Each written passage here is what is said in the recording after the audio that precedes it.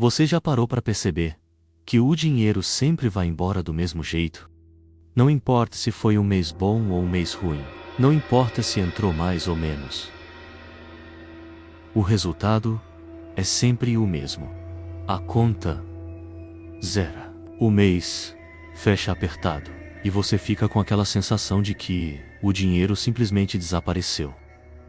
Sem que nenhum gasto grande tenha acontecido. Sem que você tenha feito nada de especialmente errado.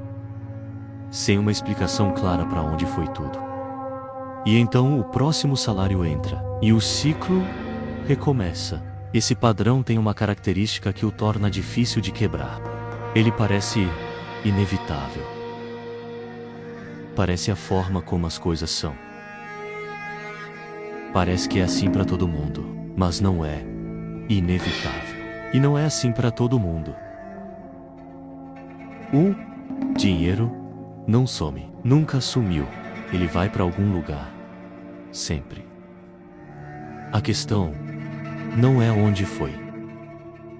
É se você decidiu para onde ia antes de ir. E enquanto você não souber segurar o dinheiro que já tem, nenhum aumento, nenhum bico, nenhuma oportunidade vai mudar o resultado. Esse vídeo é sobre isso. Sobre o que ninguém te ensinou. E sobre o que ainda dá para mudar. Existe uma narrativa muito confortável sobre o dinheiro que some. A narrativa de que ele simplesmente evaporou, que foi embora sem deixar rastro. Mas o dinheiro não evapora. Ele tem destino. Sempre teve. Cada real que saiu foi para algum lugar específico. Para uma compra, para uma conta, para um impulso. Para uma decisão consciente ou inconsciente. O problema não é que o dinheiro some. É que a maioria das pessoas não sabe para onde vai. Porque o destino do dinheiro foi decidido pelo hábito, pelo impulso, pelo sistema de consumo, pela emoção do momento. Não por você.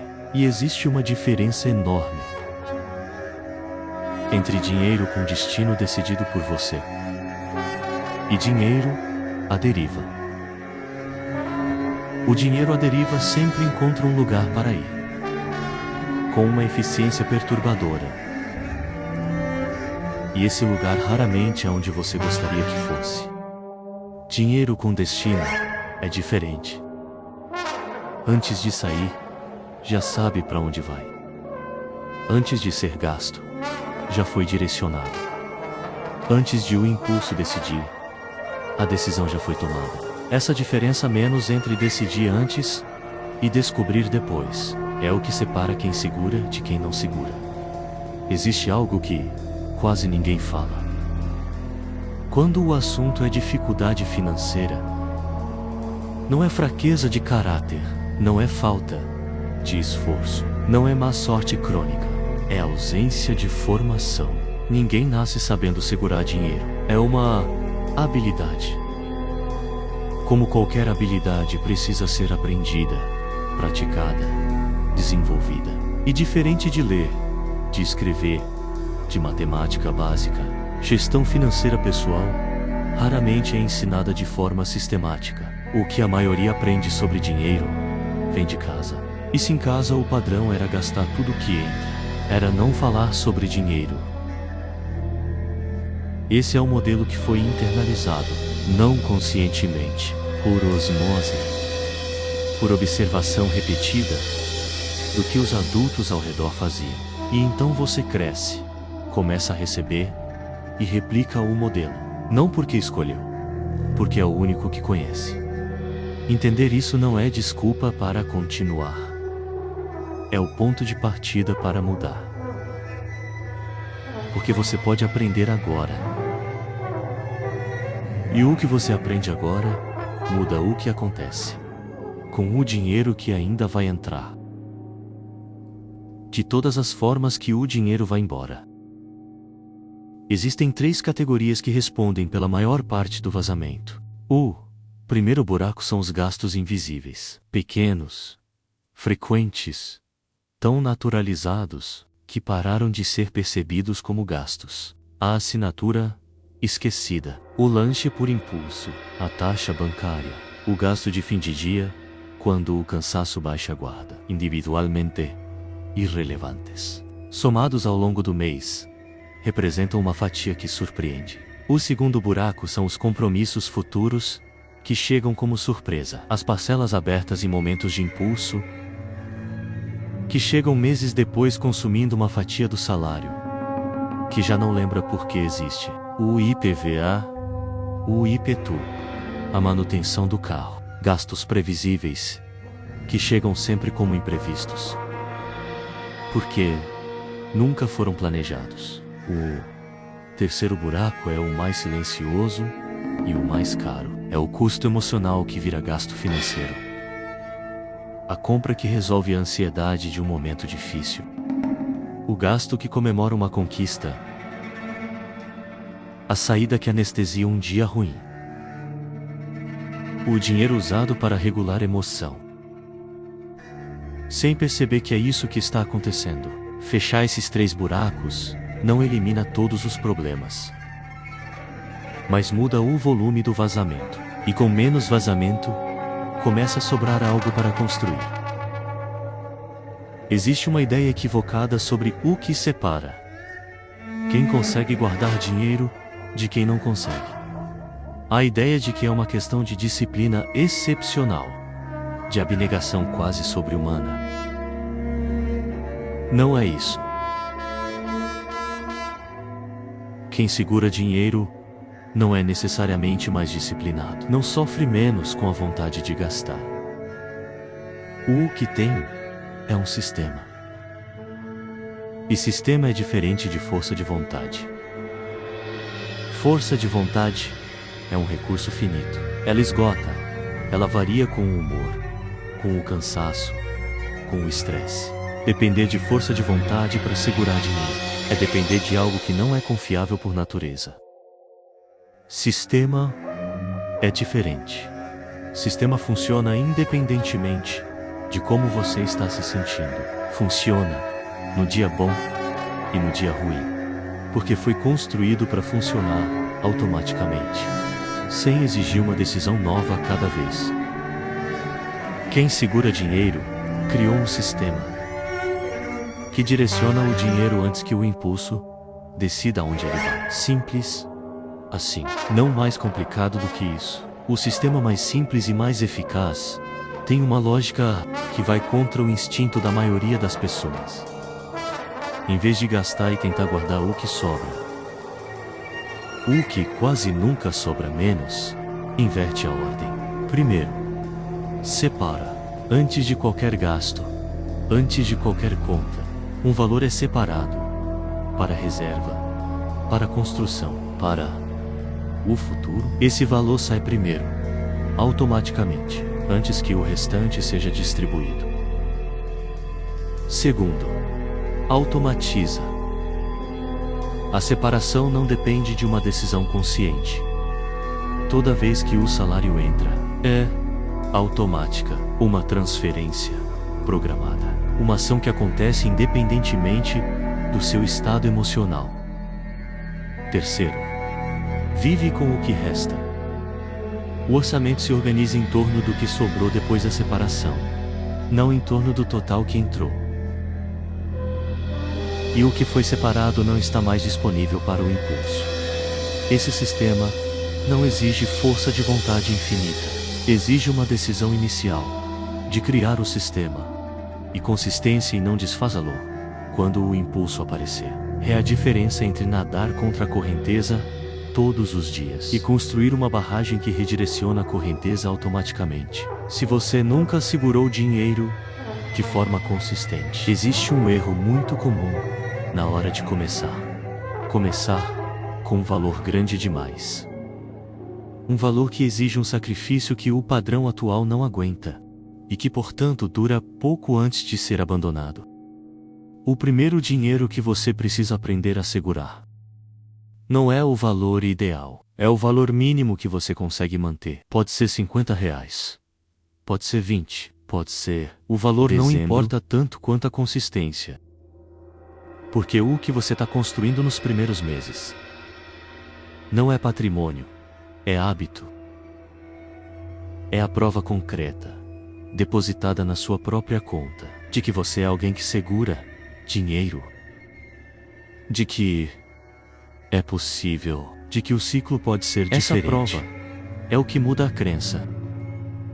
E a crença é o que sustenta o comportamento a longo prazo. Quem começa com R$ 10 e mantém por 6 meses, tem algo que quem planejou guardar 500 e desistiu em 3 semanas. Não evidência, evidência de que é capaz. E evidência vale mais do que intenção em qualquer construção real. Existe um reflexo psicológico que destrói a maioria das tentativas. Um reflexo tão automático que a maioria nunca o identificou como padrão. O cérebro humano interpreta dinheiro disponível como dinheiro para gastar, não dinheiro para guardar, não dinheiro para construir. Dinheiro para gastar. Agora, porque está disponível. É por isso que quando a conta está positiva, o gasto aumenta. É por isso que quando entra uma renda extra, ela some na mesma velocidade. É por isso que o aumento de salário raramente produz aumento de poupança. Esse reflexo não é fraqueza, é neurologia. O cérebro foi construído para usar os recursos disponíveis agora, não para guardá-los para um futuro abstrato e incerto. A forma de contornar esse reflexo não é ter força de vontade suficiente para ignorar. É remover a disponibilidade antes que ele seja ativado. Separar o dinheiro antes que o cérebro o registre como disponível. O que não está na conta não pode ser gasto por impulso. Nos primeiros 30 dias, a mudança parece pequena. O valor guardado é modesto. A vida não se transforma dramaticamente. E existe uma tentação real de achar que não está funcionando. Está. O que muda nos primeiros 90 dias não é o patrimônio. É a relação com o dinheiro. A sensação de ter algo guardado menos mesmo pouco. Muda a forma como você toma decisões financeiras. Você começa a ter uma referência, um ponto de comparação. A pergunta que antes não existia começa a aparecer. Vale a pena gastar isso agora? Sabendo que tenho aquele valor guardado que levou semanas para acumular? Essa pergunta é o começo de uma consciência financeira que antes não existia. E consciência muda comportamento. Em 90 dias de consistência, a maioria das pessoas nota algo inesperado. A ansiedade financeira diminui. Não porque o problema foi resolvido, mas porque existe, pela primeira vez em muito tempo, algum espaço entre a conta e o zero.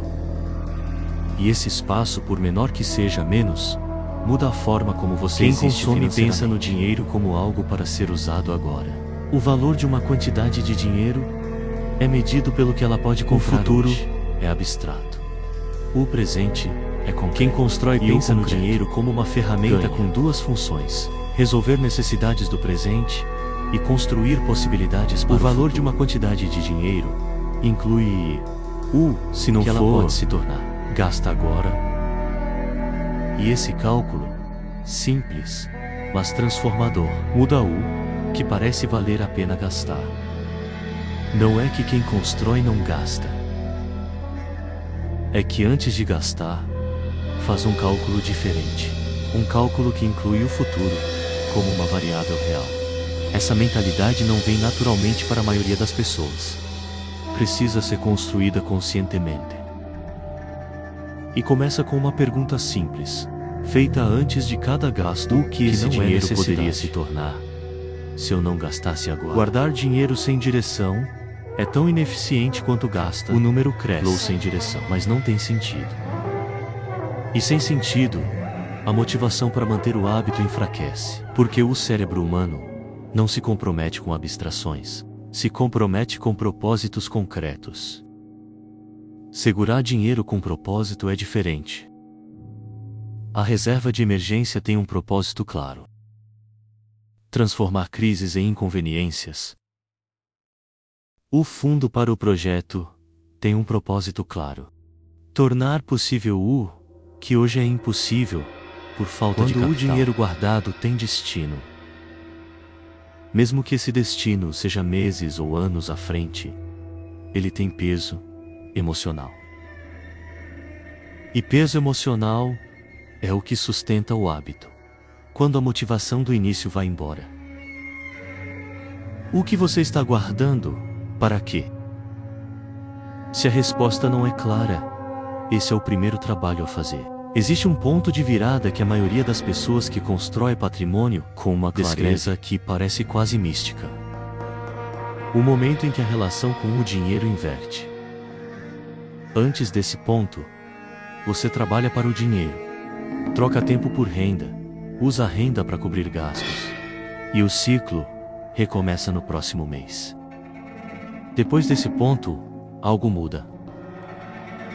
A reserva está criada. A margem existe. E o dinheiro que foi guardado funcionando. Começa a produzir algo. Estabilidade. Opção. A capacidade de fazer uma escolha que antes era impossível. Porque não havia margem. Esse ponto não é distante. Não exige riqueza. Exige consistência por tempo suficiente. Para que o sistema produza sua primeira evidência real. Não é o momento em que você fica rico. É o momento em que você para de ser controlado pelo dinheiro e começa a controlá-lo. E essa diferença menos entre ser controlado e controlar muda tudo o que vem depois. O momento perfeito não existe. E esperar por ele é a forma mais elegante de garantir que nada vai mudar. O controle começa agora, com o primeiro passo que você tem. Abra o extrato do último mês. Olhe para cada saída, não para se punir, para ver. Identifique os 3 maiores vazamentos, que não são necessidades básicas. Apenas veja. Segundo passo. Defina um valor mínimo para separar no antes de salário. Qualquer gasto. Automatize se possível. Mantenha mesmo que seja pequeno. Terceiro passo. Identifique um compromisso futuro que vai chegar nos próximos 90 dias e que não está no planejamento. Divida o valor por 3 e reserve mensalmente. 3 passos. Não uma transformação completa. 3 movimentos concretos que começam a fechar os buracos e a criar direção onde havia deriva. O controle não vem de uma vez. Vem de um passo, depois outro, depois mais um. E começa com o primeiro, que pode ser dado agora. Existe uma tentação. Quando você entende o tamanho do que foi desperdiçado. De focar no passado. De calcular quanto foi embora. De se culpar pelos anos de padrão que custaram uma quantidade que não volta. Não faça isso. Não porque o passado não importa, mas porque ele não pode ser mudado. E energia gasta em culpa pelo que passou. É energia que não está sendo usada para mudar o que ainda pode mudar. O dinheiro que foi não volta. Isso é verdade. Mas o dinheiro que ainda vai entrar, todo ele, ainda pode ter um destino diferente. Cada salário que ainda vai cair. Cada renda que ainda vai chegar.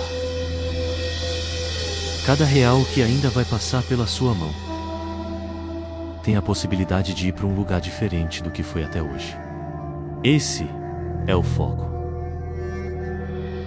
Não o que foi perdido, o que ainda pode ser salvo. Não o passado que não muda, menos o futuro que ainda está sendo escrito. E ele começa a ser escrito agora, com a próxima decisão financeira que você tomar. Você tem 2 opções claras à sua frente. Não existe meio termo. Não existe terceira via. A primeira opção é continuar como está. Deixar o dinheiro à deriva. Confiar que o próximo salário vai ser diferente. Sem mudar o padrão, que faz com que todos os anteriores tenham saber exatamente igual. O que vai acontecer. Porque já aconteceu antes. Muitas vezes, com consistência. A segunda opção é começar diferente. Não com uma transformação completa, com um sistema pequeno, com um valor mínimo separado antes dos gastos, com os buracos identificados e começando a ser fechados, com uma direção, qualquer direção, menos no lugar da deriva. As consequências de cada escolha são claras e previsíveis. Quem escolhe a primeira vai estar, daqui a um ano, exatamente mais um ano de evidência de que o padrão é mais forte do que a intenção. Quem escolhe a segunda, vai estar em algum lugar diferente. Não necessariamente rico menos, mas com algo construído, com um hábito que não existia, com uma prova de que é possível. Qual você vai escolher? O dinheiro sempre tem destino. Sempre teve. A única variável é quem está no controle desse destino. Quando você não decide para onde o dinheiro vai, outras forças decidem por você. O impulso, o sistema de consumo, o hábito. Essas forças são eficientes. Elas sempre encontram um lugar para o dinheiro ir. E esse lugar quase nunca é onde você gostaria que fosse. Quando você decide. Quando você cria um sistema, separa antes de gastar, fecha os buracos da direção ao que entra, o dinheiro ainda vai para algum lugar. Mas agora, vai para onde você mandou. Não é magia, não é disciplina sobre-humana. É uma decisão, tomada uma vez, estruturada em um sistema, mantida com consistência suficiente para produzir resultado. Dinheiro não some, nunca sumiu. A questão é simples. Você vai começar a mandar nele, ou vai continuar deixando que ele vá para onde quiser? Se algo aqui te acertou, me conta nos comentários. Qual parte mais incomodou você?